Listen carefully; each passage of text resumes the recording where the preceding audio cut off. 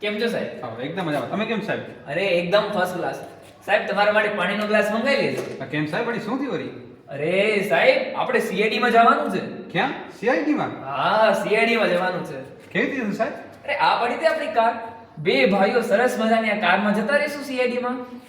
ઓહો, 2 જણા માટે કાર? હા સાહેબ ત્યાં જઈ આપણા બે ભાઈઓનો વટ પડવો જોઈએ. જરૂર જરૂર સાહેબ. સાહેબ આપણે ક્યાં જવાના હતા? CID માં જવાના છીએ. સાહેબ આપણે કેટલા જણા હતા? 2 જણા છીએ. સાહેબ આપણે સેનાથી જવાના હતા. કારથી જવાના છીએ. ઓહો, 2 જણા માટે કાર? વિદ્યાર્થી મિત્રો કંઈક અહીંયા બની રહ્યું છે.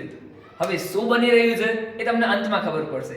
પણ અહીંયા મારો CID લખવાનો અંદાજ, મારો કાર લખવાનો અંદાજ અને આપણા સાહેબનું ઓહો, કહેવાનો અંદાજ કંઈક અલગ છે. હવે આગળનું આપણે સાહેબ સમજાવશે. જો બાળકો, આપણે CID માંથી D કાઢી નાખી, કારમાંથી R કાઢી નાખી.